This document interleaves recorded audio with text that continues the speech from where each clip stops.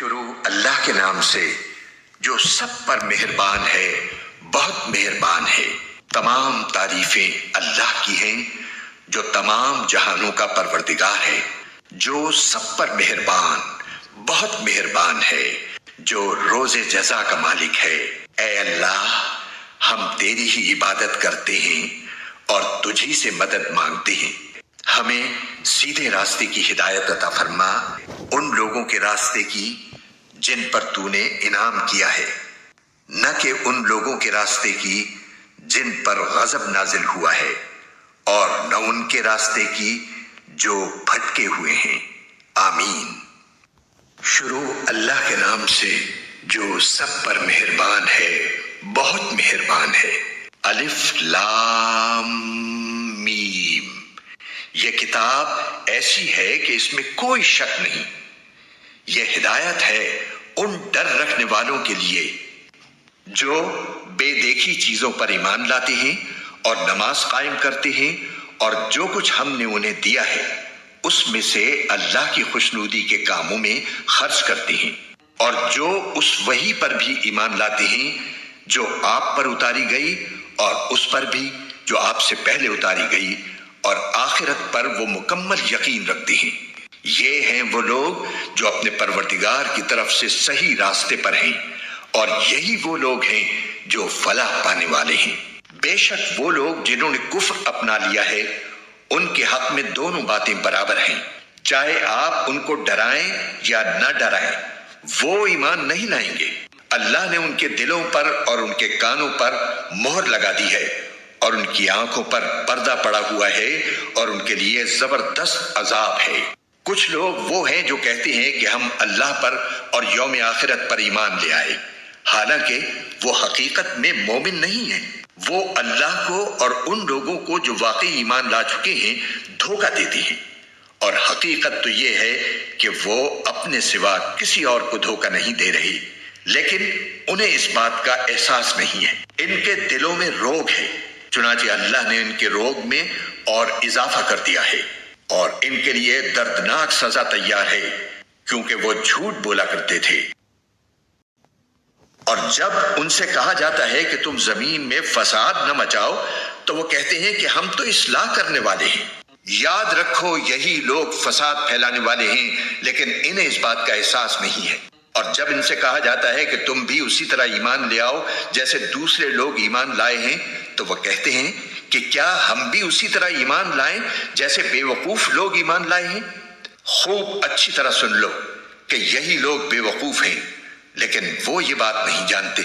اور جب یہ ان لوگوں سے ملتے ہیں جو ایمان لا چکے ہیں تو کہتے ہیں کہ ہم ایمان لے آئے، اور جب یہ اپنے شیطانوں کے پاس تنہائی میں جاتے ہیں تو کہتے ہیں کہ ہم تمہارے ساتھ ہیں، ہم تو مذاق کر رہے تھے۔ اللہ ان سے مذاق کا معاملہ کرتا ہے اور انہیں ایسی ڈھیل دیتا ہے کہ وہ اپنی سرکشی میں بھٹکتے رہیں۔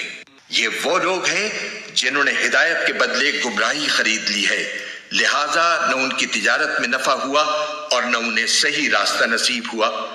ان کی مثال اس شخص کی سی ہے جس نے ایک آگ روشن کی، پھر جب اس آگ نے اس کے ماحول کو روشن کر دیا تو اللہ نے ان کا نور سلب کر لیا اور انہیں اندھیریوں میں چھوڑ دیا کہ انہیں کچھ سجائی نہیں دیتا۔ وہ بہرے ہیں، گونگے ہیں، اندھے ہیں، چنانچہ اب وہ واپس نہیں آئیں گے۔ یا پھر ان منافقوں کی مثال ایسی ہے جیسے آسمان سے برستی ایک بارش ہو، جس میں اندھیریاں بھی ہوں اور گرج بھی اور چمک بھی۔ وہ کڑکوں کی آواز پر موت کے خوف سے اپنی انگلیاں اپنے کانوں میں دے لیتی ہیں، اور اللہ نے کافروں کو گھیرے میں لے رکھا ہے، ایسا لگتا ہے کہ بجلی ان کی آنکھوں کو اچک لے جائے گی۔ جب بھی بجلی ان کے لیے روشنی کر دیتی ہے وہ اس روشنی میں چل پڑتے ہیں، اور جب وہ ان پر اندھیرا کر دیتی ہے تو کھڑے رہ جاتے ہیں۔ اور اگر اللہ چاہتا تو ان کے سننے اور دیکھنے کی طاقتیں چھین لیتا۔ بے شک اللہ ہر چیز پر قدرت رکھتا ہے۔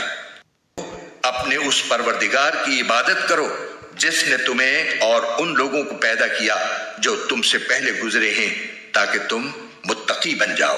وہ پروردگار جس نے تمہارے لیے زمین کو بچھونا بنایا اور آسمان کو چھت اور آسمان سے پانی برسایا، پھر اس کے ذریعے تمہارے رزق کے طور پر پھل نکالے، لہٰذا اللہ کے ساتھ شریک نہ ٹھہراؤ جبکہ تم یہ سب باتیں جانتے ہو۔